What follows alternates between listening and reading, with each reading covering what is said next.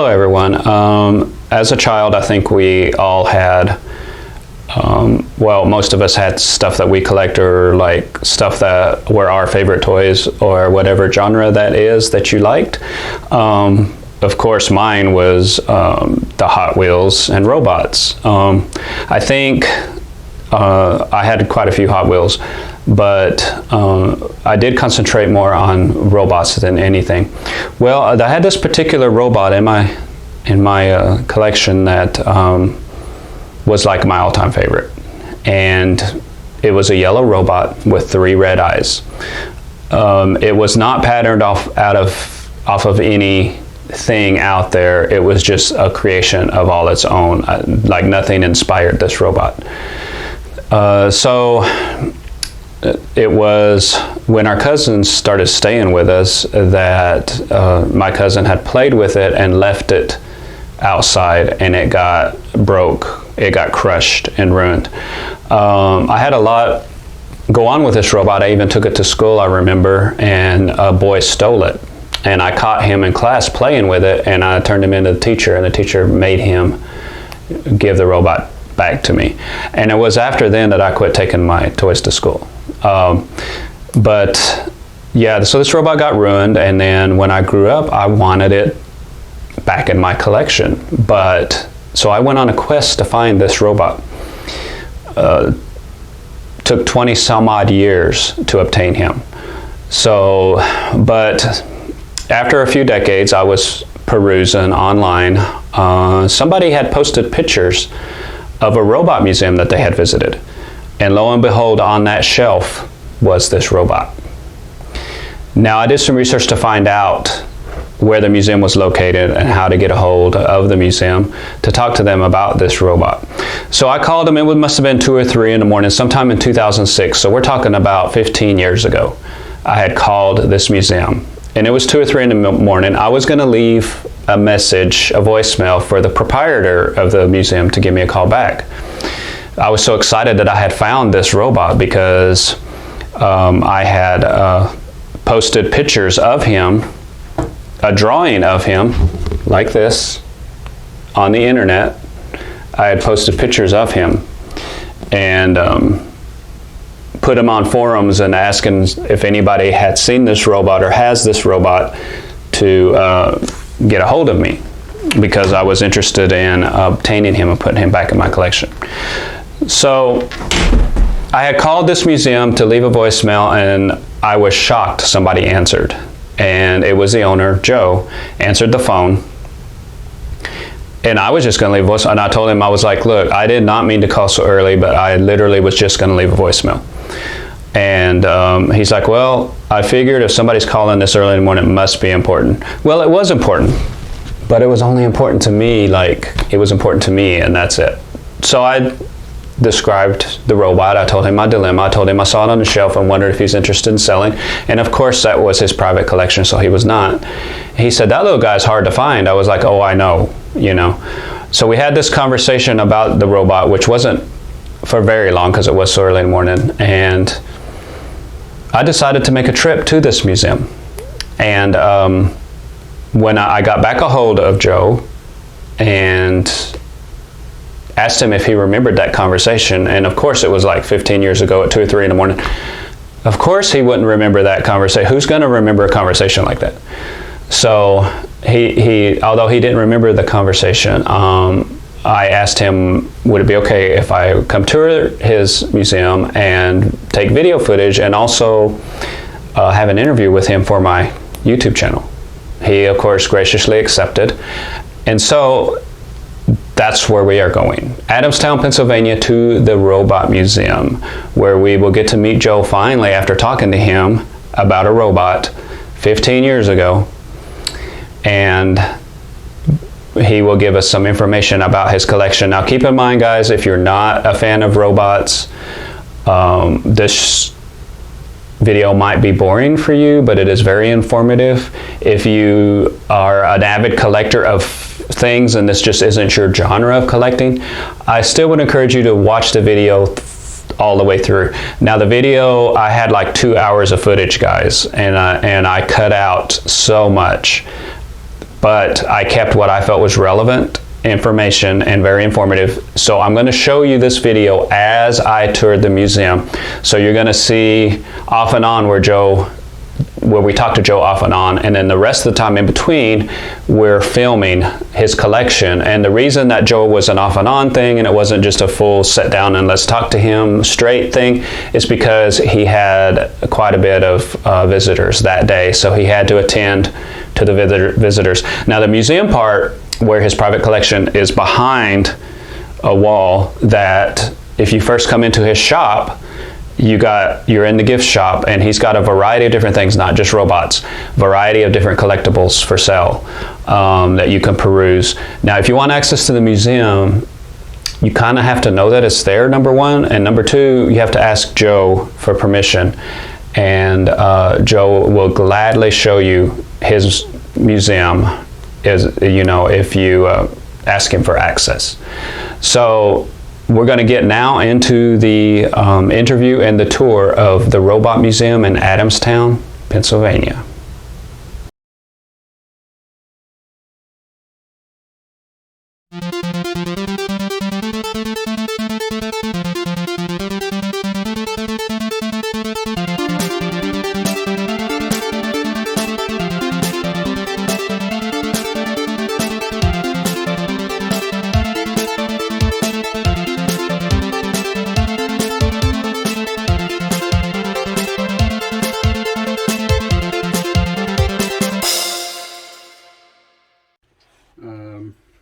You see these little playback TVs. If you press the little button in the middle, this is the original commercial for the Rock'em Sock'em Robots in 1964. Nice. Just plugging it out in the middle of the ring. And there's a hard way to the job. And Blue Farmer's block is knocked off. His block is knocked off? Sure, but you can press it right back on again. It's just part of the action with the world's only boxing robots, the Rock'em Sock'em Robots by Mark. Takes 2 managers to handle the fighters and lots of skill to win. With these control levers, you can keep your fighters in motion to duck punches. When you press this plunger, he throws a right uppercut. Press the other plunger and there's a left jab. Lots of exciting action and fun for everyone when the world's only boxing robots battle it out. Rock'em Sock'em Robots. Just push the flying head back and you're ready for all fights. This is a great! Remember? You bet! The world's only boxing robot. It's the Rock'em Sock'em Robots by Mark. Balls that you put a coin in the bank. These are all Rock'em Sock'em. All of these. Okay, the bank one. Yeah. So we got the whole family here. Okay, you're welcome to go back and check out the museum. Okay. Thank you. Nice. This one, I have this one. Video arcade is This one came as a kit, out of service for years. and you put it together. Pinball machine is out of here. Okay. Everything else is up and running. I just replaced. Is that a science museum? I got it. Rock'em Robots. I had some kids in here a couple months ago. And I think the girl in the Red Rocker's head pop up. So she ripped it out of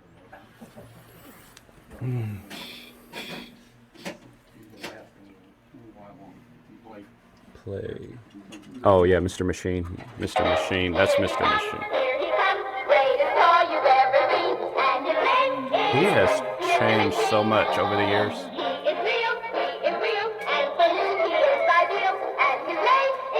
Used to, you could take him all apart and put him back together, but now you can't. Oh yes. Robot Commando. Along the ground and round and round and round. You can take it apart, get the gear and nut. Or you can put it together and Oh my goodness, I've got a lot of these spots. Well, some of them I do, some of them I don't, but...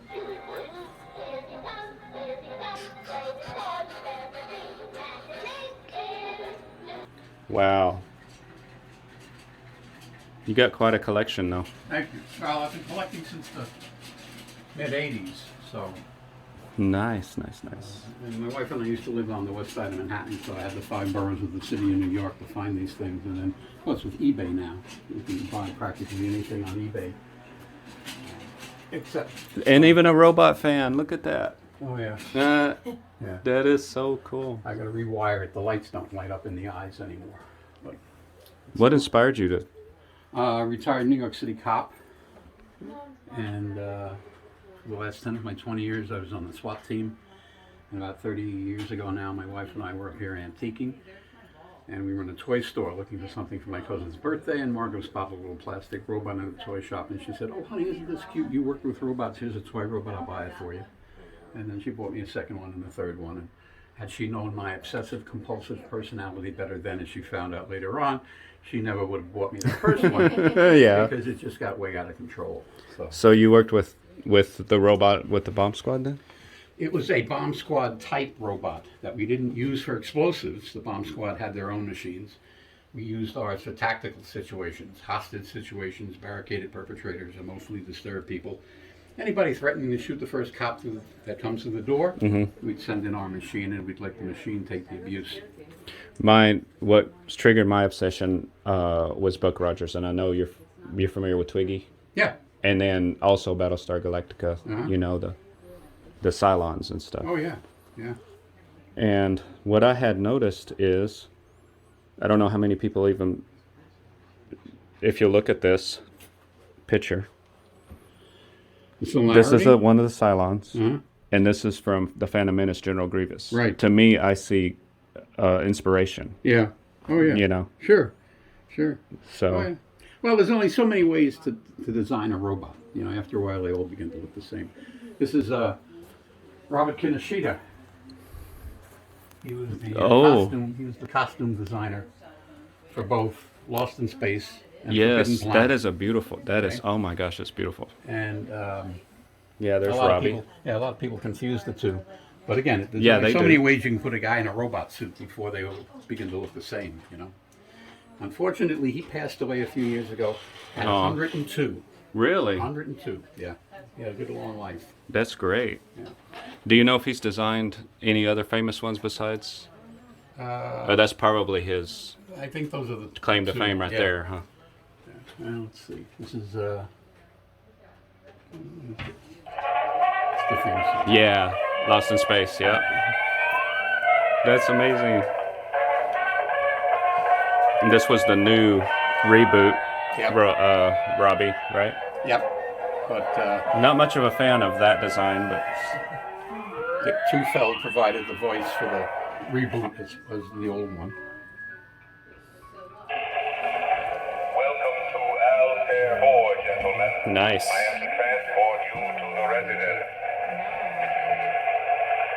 If you do not speak English, I am at your disposal with 187 other languages along with their various dialects and subtongues. Robbie the Robot, Forbidden Planet. Yeah.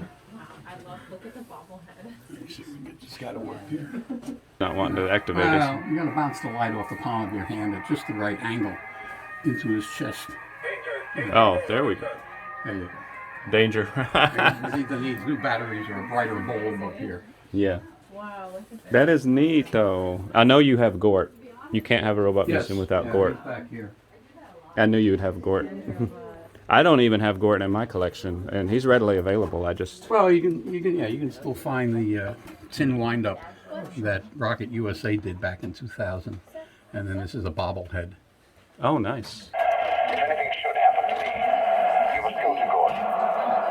You must say these words. Batu, Barada, Picto. Please repeat that. Batu, Barada, Picto. You must remember those words. Or not, it was only a movie. Mr. Atomic. Yeah. Yeah. This little guy has come out in multiple variations. I had the one that came out in 2000, and they called him Millennial Robot. Yep. But he's been many different Yes. variations and many different Yeah. names. Yeah. Yeah. Nice, nice, nice. Mom, I'm getting it. You're getting it? You gotta open up your thing. I think. Try the other side. Did you try them both? Hi, I'm Casey the Tinderbox. Get ready for spin. A lot of robots. One of them has to open it.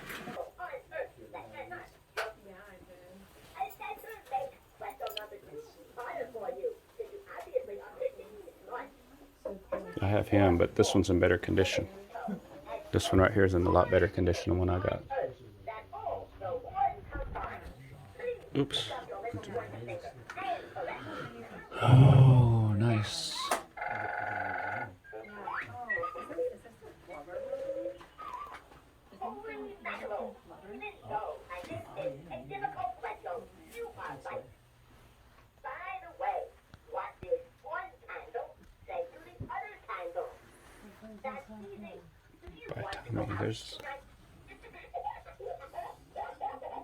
There's the Verbot.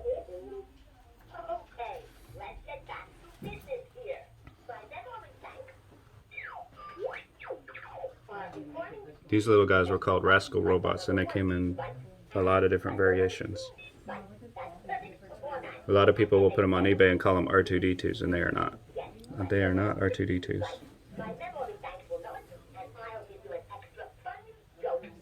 I've never seen that variation. That's cool, cool.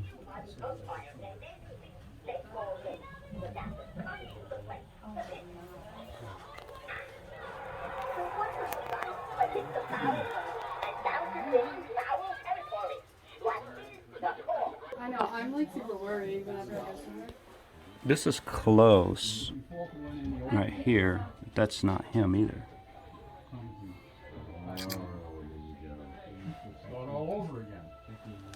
Okay, where was it? Oh, I see.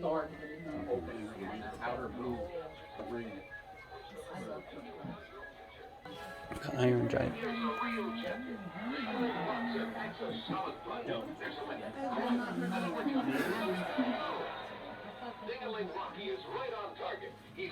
Here he is. And he's got the other, oh my God. Look. The orange variation is really super rare. Like, oh my God, he's got the orange one. No way. These are the three I got. Him, him, and him. Oh my God. Oh, there's Twiggy from Buck Rogers. Oh my God, I can't believe he's got the orange one. I thought I'd never see one in real life. Look at that. Oh, jeez. They made like very few of those. Holy smokes. I really wanted the yellow. The yellow one was my holy grail, and I got him.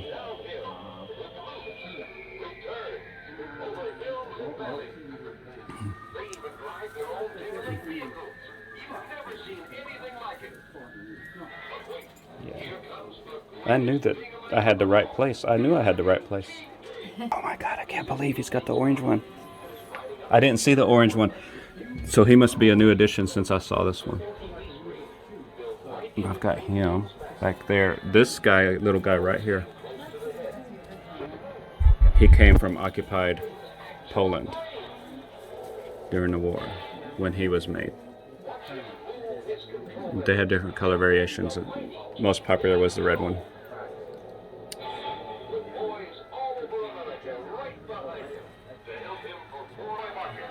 I can't believe he's got the orange one. Guys, look at that. Oh my goodness. There was 3 of these that were made. The blue one, I have him. The orange knight, I have him. And then this yellow one. They were called Star Robots. And there was 3 of them they made. And then they made this rare one right here. And that was it. The whole family of them. Really, really super rare, that orange one is. Wow, he's lucky to have that.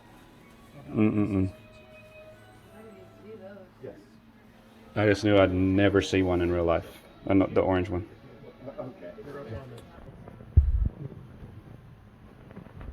This guy was called... Well, they call him High Wheel Robot because the gears turn when he walks and the eyes light up. But he's been called other things as well.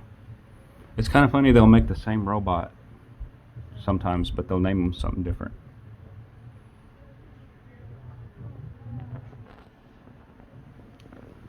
These little guys. Like the television robot will put up graphics as he walks. It's pretty cool. And I've got this little guy back in the back with the missiles, but mine's not in that good a shape.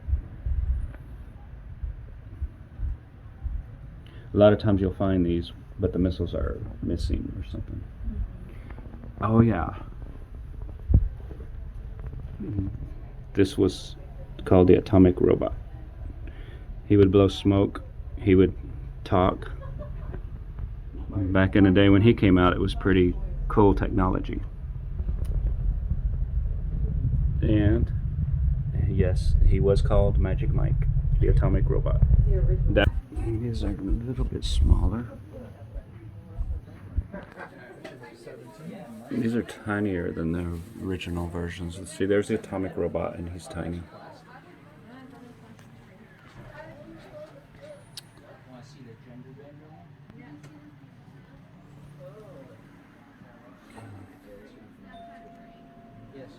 Robot Commando.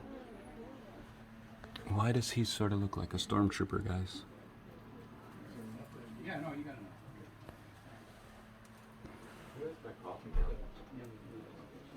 Is it? Plays the drum when he walks. These are pretty cool. These tin ones are the ones that probably the most readily available. Now, if you can get the originals, then they're worth a lot of money. But and then you've seen these. I really wouldn't call him a robot. He's not really a robot. He's more of a cyborg, part human, part machine. I looked for him for over probably a good 25 years, the yellow one right here. Oh, the yellow one. Yeah, Now, yeah. The orange one is very, very rare. They didn't make very many of those. He was another variation of him. The yellow was the most popular. Either one of these, you're lucky if you find them anywhere. Yeah, I probably got that The one I 22 found years ago. Well, yeah. Yeah. I've been looking for him for Yeah. quite a while. Yeah. And I finally found him on eBay for like $30, and he was still in the package, never Oh, been. well, you go. Perfect. Good luck for finding anything like that. And the two orange ones were made by the same company. The same company, They have the same as well as wind-up the blue key. one. Yeah. As well as the blue one, right? Those were the three. Yeah. And then the yellow one was made by a different company because it has a different key. Yeah, they were called Star Robots. That's right. Yeah. That's right. Star Yeah. Robots. How many robots you think you have in here? There's probably 3,000 back here. Oh, of course you would have a Roomba Roomba. to clean this room. Why Yeah. not? Why would you not? That is so awesome. Makes sense, right? Yeah, that is so awesome. I'm kind of jealous. You got quite a collection. And then this will light up. It just doesn't boot up. There are three AA batteries back here in this display box. Really? And I should have changed them 10 years ago. They corroded? The one started to leak. Oh no. So I had to take them out. I cleaned up the contacts. It wasn't a bad leak. It hadn't gone down onto the board yet. Cleaned it up, put new batteries in. But now, those are the batteries that are used to hold the functions of the playfield in memory. Okay? Now I have to go back in and physically program in 50 or 60 of the different... no. Yeah, you get to choose the difficulty and the length of time and all of that. I got the manual. I did it years ago when I first got the machine. But you have to start and go through them all. You can't break for lunch. Oh no. So I haven't gotten around to doing that yet. But There's a market for just pinball machines, let alone the robot thing. I know. They're high. Yeah, yeah. And of course, the problem with the older machines is they ain't making them anymore. So No. Some of the play pieces on the play field are now being made with 3D printing. Oh, no doubt. And the solenoids and the relays underneath you can still buy. And sometimes what they do is they cannibalize an older machine to get another one working again. So, you know, it's kind of a diminishing returns doing it that way. But, yeah, it's been a challenge keeping the thing going. Yeah, it has, but it's cool. This little guy here, you could program with a Macintosh, right? Yes, you have to learn the programming language in the manual, and then you can program his movements around the environment. Yeah. Nolan Bushnell, he was the guy that invented Pong and Atari. Yeah, right. Well, he sold the company in '83, and he then founded Androbot in 1983, and this was one of his creations. And the reason it's multifaceted like that is because he had visions of putting different sensors on the different surfaces. Distance sensors, smoke sensors, light sensors. And he was hoping to make this toy completely autonomous in its environment. The problem was everything had to be handmade. There was no really off-the-shelf piece that he could put in there. And the company was around for a couple of years. He made, I don't know, a couple hundred of them maybe. And then it went Chapter 11. And Nolan Bushnell moved on to Chuck E. Cheese. Oh, wow, He really? founded Chuck E. Cheese, yeah. Wow. So, Unbelievable. That's not even, has nothing to do with a robot. They have robotic animals. But well, yeah, so I think he took his experience with robotic creatures and coupled it with selling pizza to kids. And now he's making millions from Chuck E. Cheese, if he hasn't gotten out of that business as well. Wow, unbelievable. Yeah. I didn't know that about. And a lot of the robot hackers like this platform. And what they do is they discard the body because it's all empty inside here with the exception of an antenna that runs up the middle to pick up Communicate the with, signal. yeah. Right. And they just keep the Base, platform, yeah. because it has the ability to turn within Oh, its yeah, own look how width. the wheels are Yeah, designed. the wheels It's are kind of slanted, angled. Yeah. and they're able to do that, which is Yeah, he could very do a unique. 180 just like that. Exactly. Yeah. Exactly. Cool. I remember Yeah, Max. it's like a three-dimensional jigsaw. I remember him. He was programmable too. Never could afford one. I got a lot of the RoboForce right there. They came on suction cup. Well, you can see them right here. They come on suction cups. And you could pull their hood back like that, and they would have little guns. There was a cartoon called RoboForce, and these guys were in it. There's their base. Something I was never able to have either.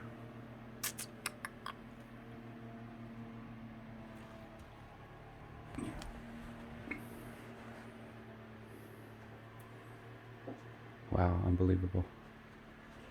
Little clocks. Well,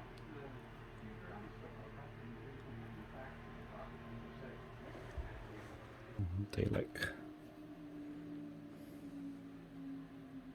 He's from Doctor Who.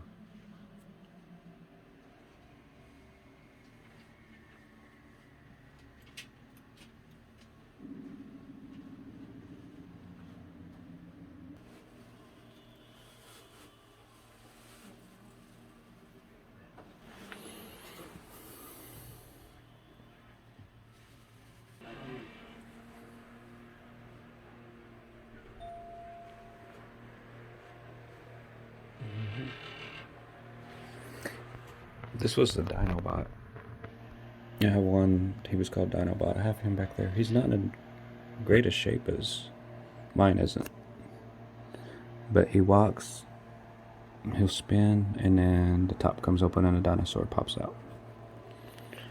So he's pretty cool. Robbie.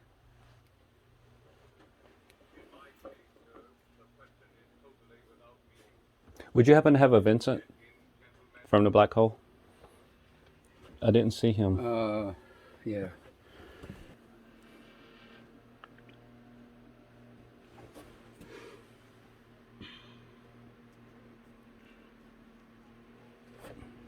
I looked, I didn't see him, but Yeah, he's in there somewhere. he's hiding. Yeah.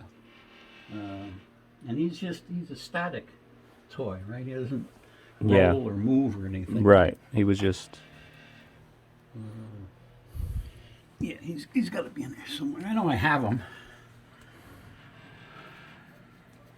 It's hard to spot. You got Yeah. so many. Well, but- yeah, and you know, I'm not that happy with the fact that they're all stacked Yeah, that's all right. 12 deep, but If you, I knew when you had Dalek, you had to have Vincent too. So, yeah. but Well, I don't know. came from Oklahoma. I saw him years ago in the background on some pictures, Uh-huh. and I had been wanting to come ever since. Mainly to see him again because, you know, I looked for him forever. Ever, yeah. And sometimes that holy grail in your collection That's is the he's not hardest like one a to find. yeah he's not really worth much, so to speak, but he's the most processed in my collection. Yeah. Well, and you have And the other three, right? I do have the So, others. There you go. I have them all. I do not have the orange one. He's rare. I'm not even thinking I'm ever gonna. I was just lucky just to see it in person. The orange one. It's that hard to find. Uh-huh. They didn't make many of them at all. Yeah. So But if you keep checking eBay, yeah. Oh yeah. I everything keep eventually checking. comes up. I keep checking. Yeah, eventually. I bought him. I had to go out of the country to get him. They didn't have one. Like nobody is turning loose of them. And so when I saw him in your museum, I was like, I've got to see him in person. Well, in between the time of coming to actually see you and everything, I did find him, and I have him now. But he's still in the original packaging. So I got lucky. Not only did I find my Holy Grail, but he's still... Mint on card. Yep. Right? Mint on card. Good. Good for you. Yeah. So I really thoroughly enjoyed your museum. My gosh. Oh, good. It's like heaven. It really is. These cases all came from IKEA. Mm-hmm. This was their Souffleur line. And what I liked about them is they came in two widths and two depths. And you had a choice of this curved top with a light or a straight edge with no light. And they also build on one to another. Oh, yeah. So when I put this wall up, I started over there and just kept building on the next Souffleur section. So these are very stable. Very stable. I don't have to worry about them toppling over. That's good. This guy, I was talking about this guy earlier, Mr. Machine. He's like, he has changed so much from the original. Like, used to, you could disassemble it and everything. Right, that's the original 1960 version. Then in 2004, a guy bought the rights to the name and used the original molds to recreate the toy. And he even reissued the box artwork as closely as he could. Oh, yeah, that does look similar, don't it? Yeah. In 1961, because From it was Ideal, such a good seller for Ideal, they released a board game. These are little pawn pieces. That Oh, move along the really? long That's what board that back is? there. Wow. And then the shorter one tells you where on the board to move. They re-released the toy in 77 and again in 87, but by that time child safety standards had come into effect, and those two later versions couldn't be taken apart because they were concerned about the kids choking to death. Oh, and the my nuts and bolts and gosh. gears and all Yeah. this. How did we ever survive childhood? Yeah. And of course, the Japanese were famous for taking an American product and reproducing it, usually out of tin back then. Oh, yes. That's why the two different Mego men are in that Mr. Machine section, because if you look, they're They're based on the definitely toy. inspired by it, yeah. Yeah. So, What's your favorite robot of all these? Robert the Robot, because there's a lineage and a history to it. Yeah. Originally released in 1954 by Ideal. Came with these three metal tools that were contained in that little toolbox behind the belly button tool cover. You put a D-cell battery in the throat of the robot and turn that little red knob, and his eyes and antenna would light up. Oh, nice, yeah. And then there's a crank handle on the back, which is connected to a record inside. And when you turn the handle, the record would play, and he would say,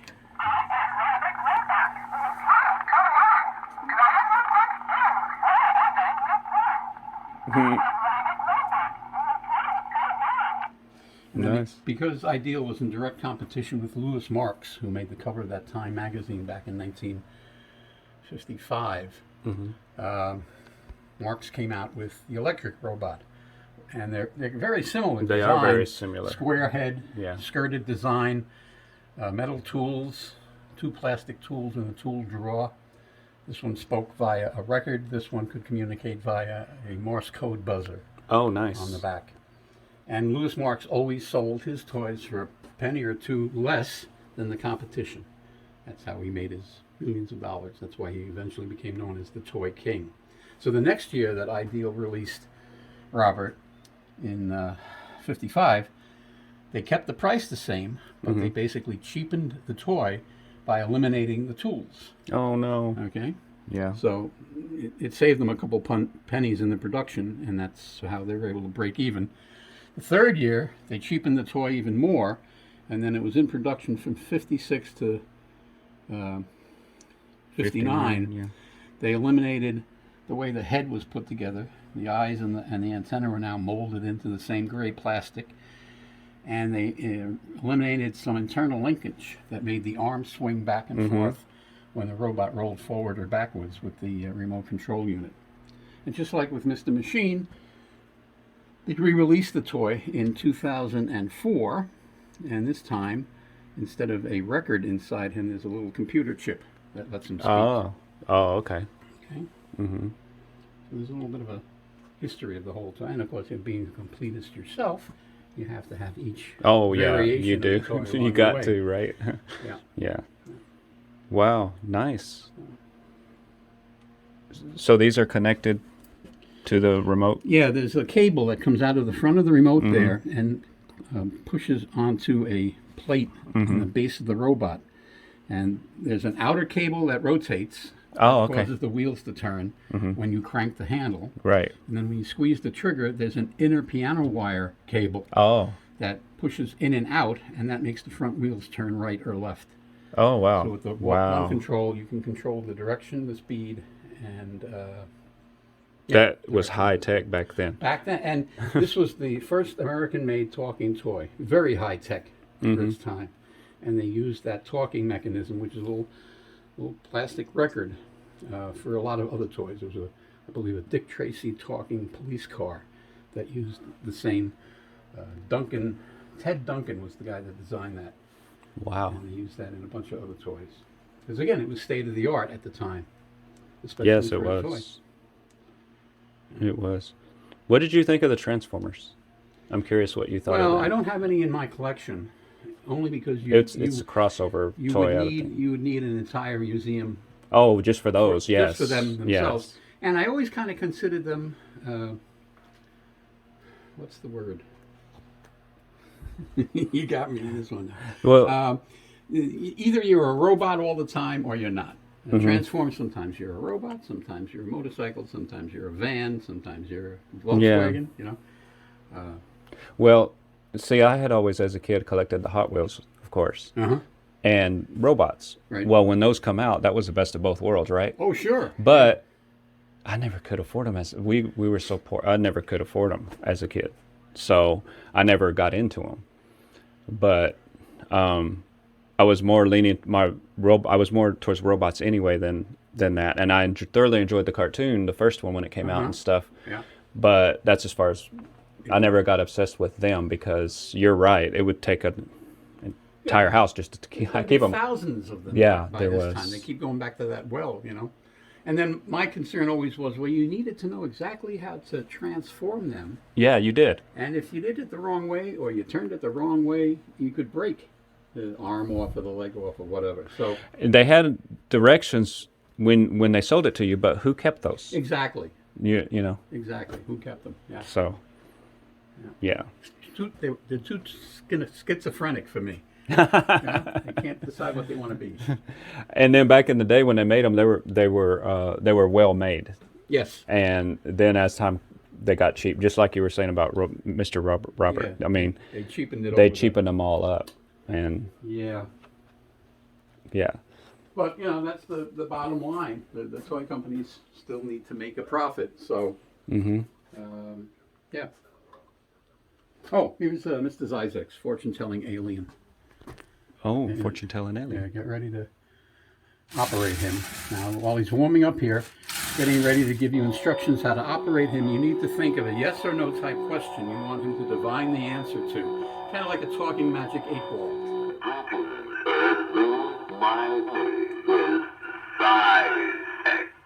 Oh, nice. You can ask me yes and no type questions. Then pass your hand over my head 2 times. Question that can be answered yes or no. That's your cue. Oh, do I ask it or do I think of it? Yeah. Okay, so will I ever get married? Pass your hand over his head slowly. How- Do it again.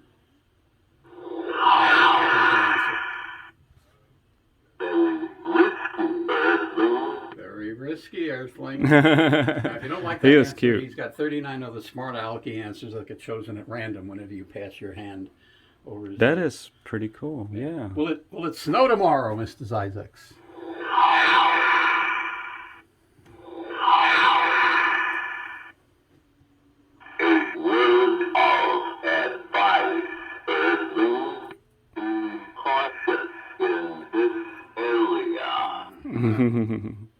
That could have been your answer. When did he come out?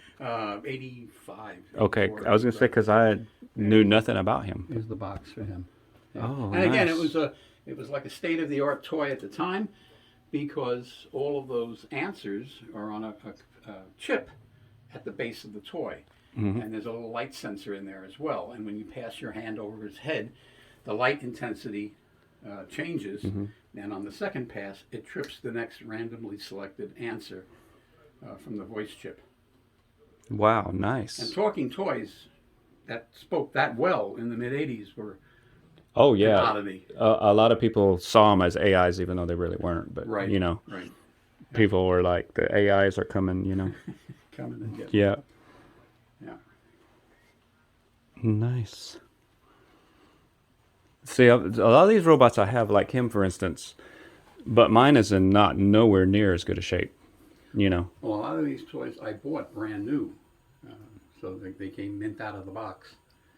And then that's the whole thing. You have to buy what you can afford and buy it in the best condition you can find it. What can you tell me about this guy here? He's pretty big, This guy, and he is pretty big. did you have to assemble him, or He came assembled. he did? Yeah, Nice. I actually found him in a thrift store, fully assembled like that. Mm-hmm. And I paid for him, and I'm about to leave the thrift store, and one of the employees says to me, "There's a box that goes with that. Would you like the box?" Oh, Of course. of Why? course. Why would you ask me He that? goes in the back room and he pulls out the box that came with the toy, along with the instructions as to how to put them together, and a couple pieces that they didn't quite put on when they were building it in the first place. Nice. And it's the modern version of the old erector sets that my generation grew up with. Right. You could build anything you wanted with those erector set parts. And you could probably do the same thing with these, but they're specifically made to build a robot. So that's the senior version, and then Oh, really? Are you serious? that's Look the at that. package they. Look at that. That is so More- cute, though, right? And again, it's using basically the same parts, just not as many, to produce a shorter, less expensive robot toy, which could be used with your phone. That's what this compartment is for, to put your Oh, nice. telephone in there. Oh, wow. So Isn't that something? You can put your phone in there just like that. Wow.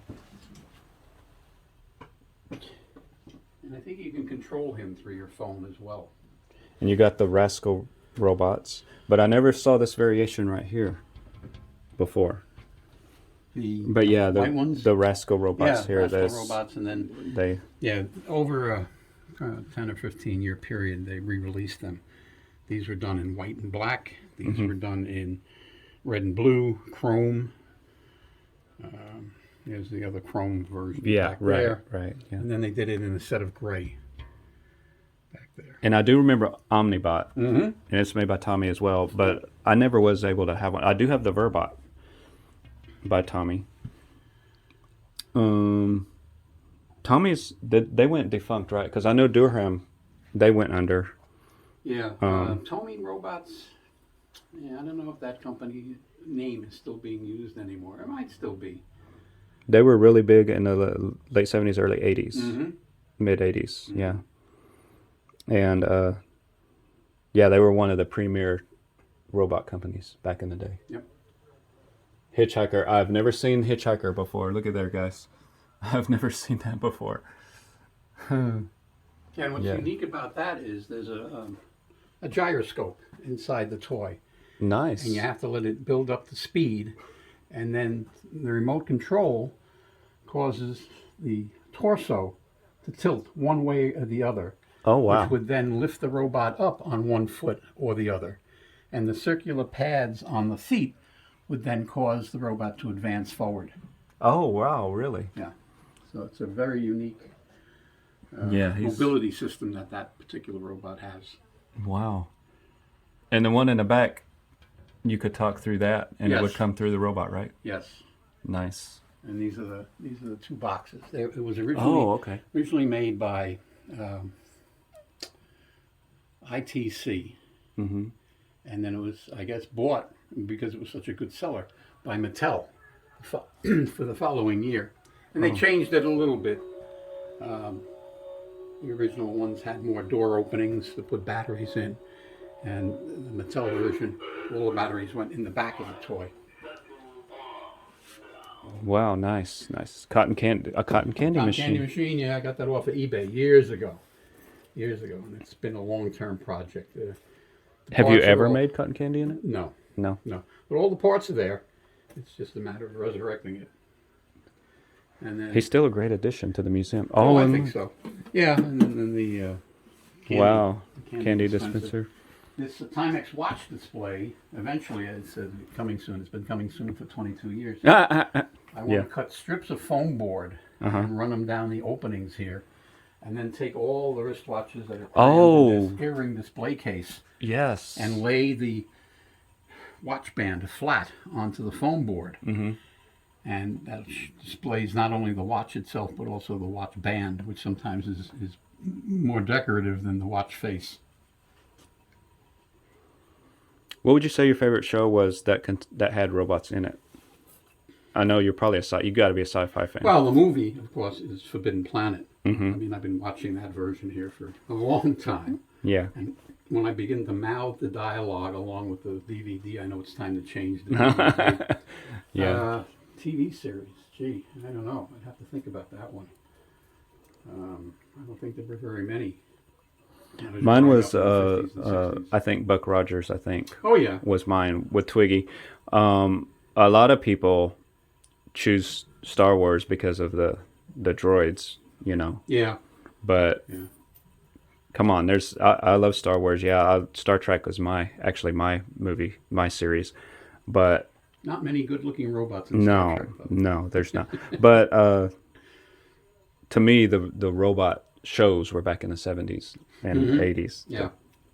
You know, Yeah.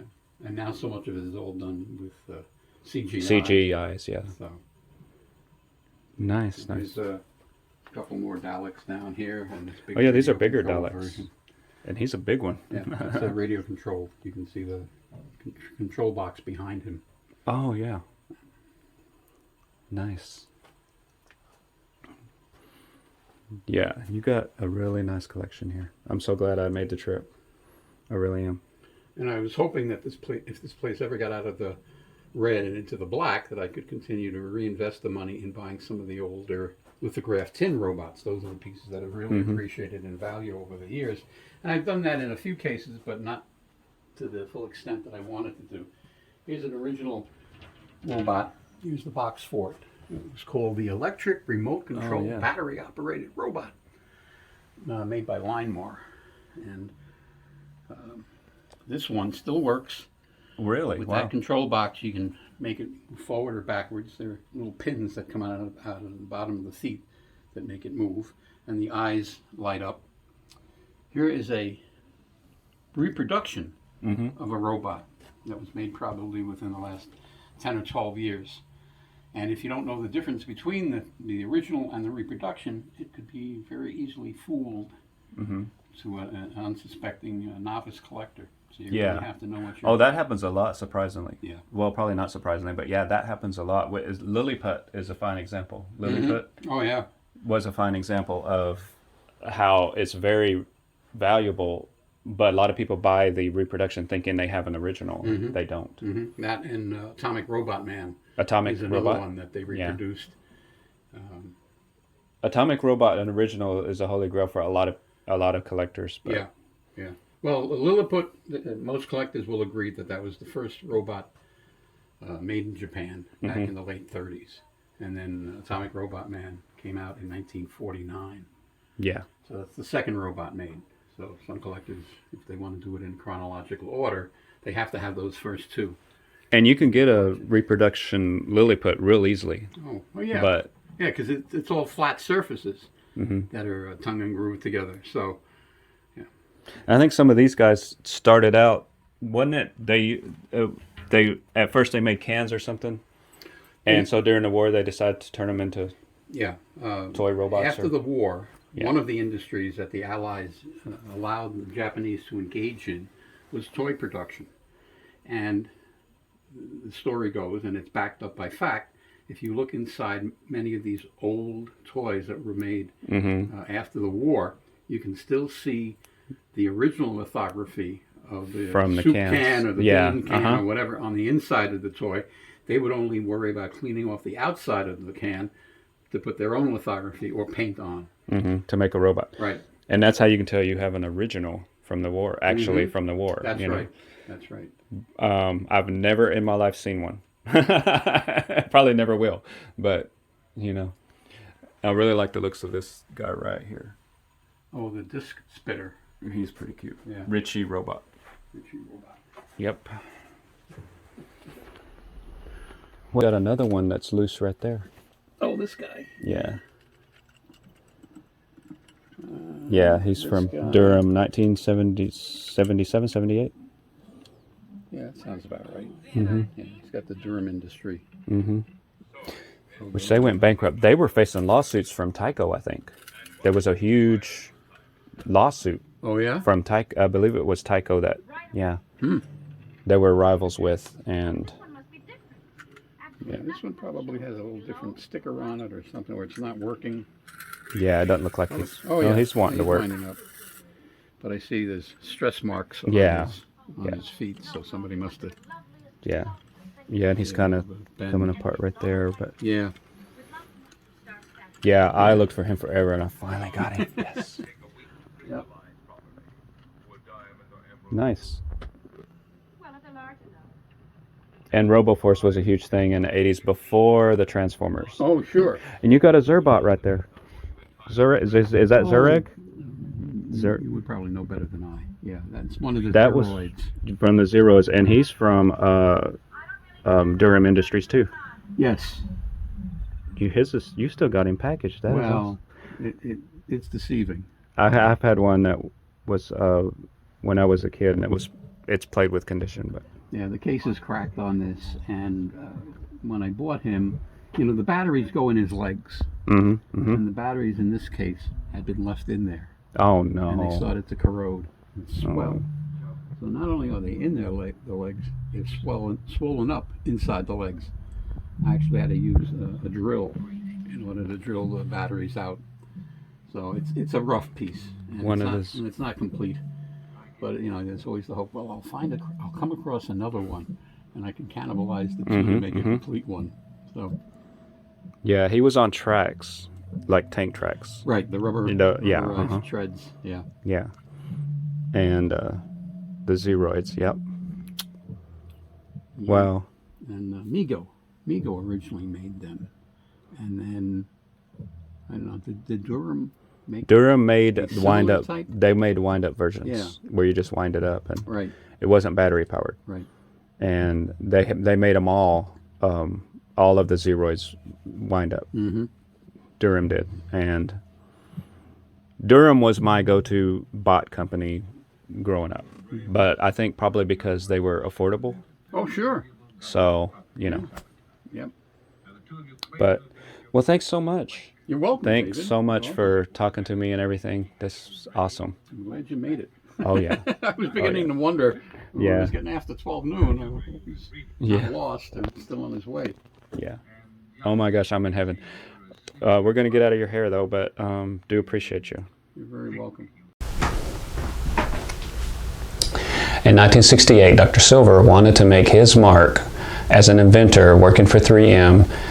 He started working on an adhesive that he was hoping to be super strong and strong enough to put together aircraft parts.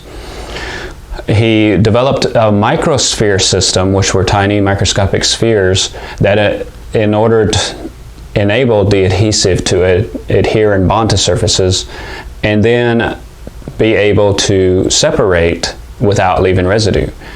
The only problem was it wasn't as strong as what he had hoped, and it was instead of an adhesive, more like a low tacky adhesive. And although it did adhere and bond to surfaces and left no residue, it still wasn't strong enough to adhere and to bond aircraft parts. So he had basically invented an adhesive, but it was weak that they couldn't use it for anything. And so for years and years and years, this adhesive sat and became a topic of discussion for many scientists that work there on what to do with this thing. Well, it wasn't until Dr. Fry had problems with his bookmarkers and his hymn books. He would put these markers between the pages, just little slips of paper, and they would fall. And he's like, had no idea what to do and was frustrated. But, oh, by the way, before I forget, I got to make my shopping list, guys. This is what my shopping list looks like. For those who know me, you probably already know what's going to be on the list, right? But I have to write little notes so that I don't forget, because after this filming, I got to run to the store. But I need to make sure I don't forget what to get on my shopping list. Okay, so there we go, guys. Coffee, and more coffee. Yeah, there's my shopping. Oh, by the way, did you know that the adhesive he developed is now known as Post-it notes? Yeah. So what happened when the bookmarks fell out of his hymn book, Dr. Fry was like, wait, this adhesive he developed is weak. We could apply it to paper, and since it don't leave residue, it's perfect for my hymn books. So how it became yellow? Well, the department next door had scraps of paper that were yellow, and they put the adhesive on the back of it, tried it on paper, noticed that, hey, it sticks, and you remove it, and there's no adhesive residue, and thus Post-it Notes was born. Well, there you go, guys. That's the museum and the Robot Museum. It was very nice of Joe to make time for us, even though he's very busy, to allow us to see his collection, and he was very informative, so we want to thank him for his time. If you wish to see this museum, it's in Adamstown, Pennsylvania. I did manage, after talking to Joe some 15 years ago, I did manage about a good 3 years later, I would say. I was on the eBay, and lo and behold, my holy grail was on eBay. And not only was he on eBay, but he was still packaged, guys, still in the package, and there he is. He was on eBay, believe it or not, for an unbelievable price of like $30, buy it now price. And I was like, oh my gosh. So like I dropped the phone. I was so excited that I was like, did I really just see what I thought I saw? So I hurriedly got on, and I was so worried that before I could secure this robot, somebody would buy it. He was very, very difficult to find. So I did manage to buy it and have him in my collection. Although the card and the bubble and all of that is in pretty bad shape. The glue, the adhesive that's holding on the bubble on the package is starting to deteriorate, so it's starting to peel. But there is my robot. So he is in my collection now, finally, after all those decades. Now I would love to have the orange variation that we talked about that you saw in the film, but of course I will probably never get to have that. So I'm satisfied and happy just to have him in my collection. He was the one that I had that got destroyed when I was little, and so he was really who I searched for forever, and I finally have him. So we hope you enjoyed that film. I would also like to mention that the Did You Know feature that you just seen is a new addition. I don't know that I'll have it in every show. I know that it will not be in Dimensions, because Dimensions is a show all on its own.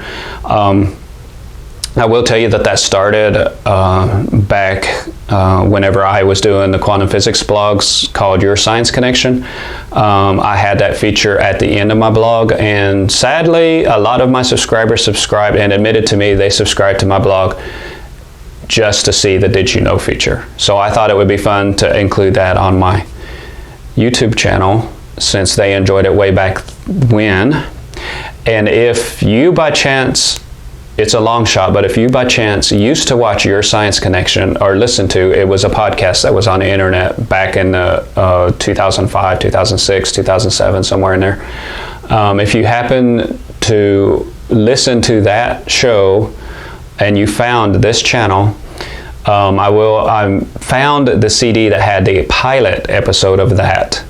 I came across it. I don't know if it's any good. I haven't had a chance to listen to it yet, but I thought it would be fun, if that was the case, to go ahead and play that on this channel. So I'm going to see the quality of the audio and see if we're even able to salvage the audio on that. And if so, then I will gladly play that and stream that here for you guys. I thought that would be fun. Anyways, that's our episode for today. Thank you guys for joining. Sorry it was so long, but believe me, it was a lot longer. I was going to include this video as part of another video I'm doing about collecting, and it was just going to be a few minute spot. But when I got there and got to tour in the museum and saw all the robots and took the footage, there was no way I could edit it down to just 5 or 10 minutes to be a part of that other show. So I was like, there's enough here to have a show of its own. So that's what we did, guys. Hope you enjoyed it. Thank you so much, and we will see you next time.